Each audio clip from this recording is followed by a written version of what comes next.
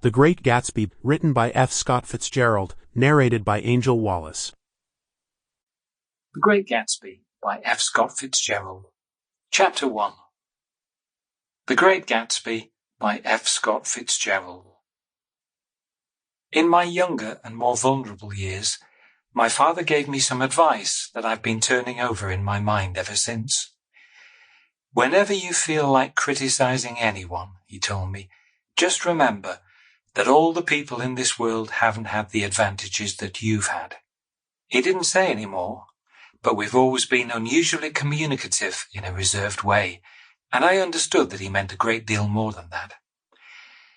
In consequence, I'm inclined to reserve all judgments, a habit that has opened up many curious natures to me and also made me the victim of not a few veteran bores.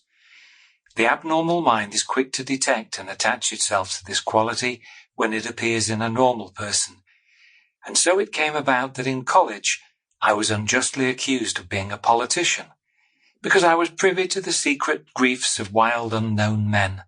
Most of the confidences were unsought. Frequently I have feigned sleep, preoccupation, or a hostile levity when I realized, by some unmistakable sign, that an intimate revelation was quivering on the horizon. For the intimate revelations of young men, or at least the terms in which they express them, are usually plagiaristic and marred by obvious suppressions. Reserving judgments is a matter of infinite hope. I am still a little afraid of missing something if I forget that, as my father snobbishly suggested, and I snobbishly repeat, a sense of the fundamental decencies is parcelled out unequally at birth. And after boasting this way of my tolerance, I come to the admission that it has a limit. Conduct may be founded on the hard rock or the wet marshes, but after a certain point, I don't care what it's founded on. When I came back from the East last autumn, I felt that I wanted the world to be in uniform and at a sort of moral attention forever. I wanted no more riotous excursions with privileged glimpses into the human heart.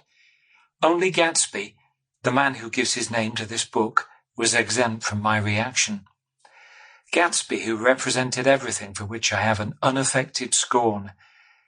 If personality is an unbroken series of successful gestures, then there was something gorgeous about him, some heightened sensitivity to the promises of life, as if he were related to one of those intricate machines that register earthquakes 10,000 miles away.